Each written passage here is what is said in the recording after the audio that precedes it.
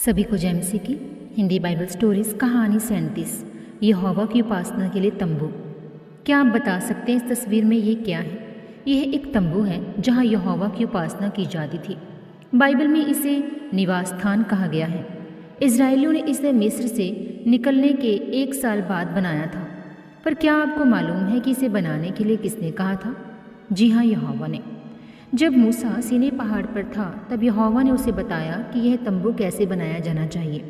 यहोवा ने तंबू को इस तरह बनाने के लिए कहा जिससे उसका हर हिस्सा अलग किया जा सके।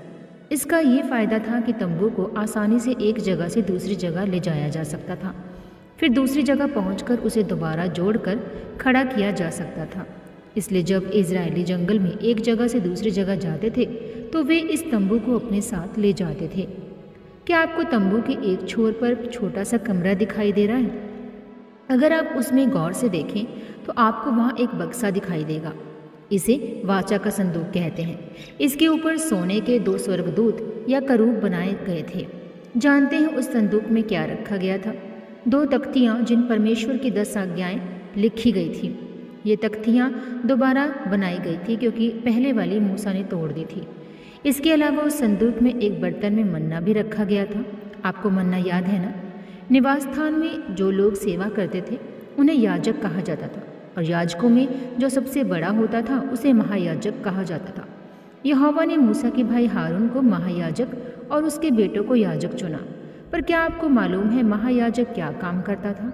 वह सब लोगों की तरफ से यहोवा से प्रार्थना करता था।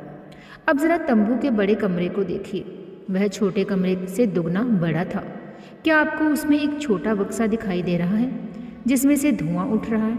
ये एक वेदी है जिस पर याजक खुशबूदार चीज यानी धूप जलाते थे।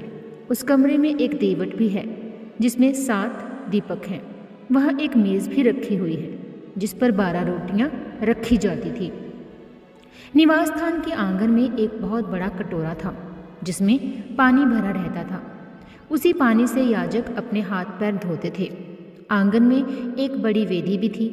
उस वेदी पर उन जानवरों को जलाया जाता था जो यहोवा को बलि चढ़ाए जाते थे।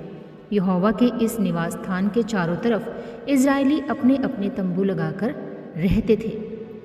तो ये तो थी आज की स्टोरी को आप देख सकते हैं निर्गमन 25 उसका 8 से 40, 26 उसका 1 से 37, 27 उसका 1 से 8, 28 उसका 1, 30 उसका 1 से 10 और 17 से 21 और 34 का 1 और 2, इब्रानियों 9 उसका 1 से 5 वर्ष में।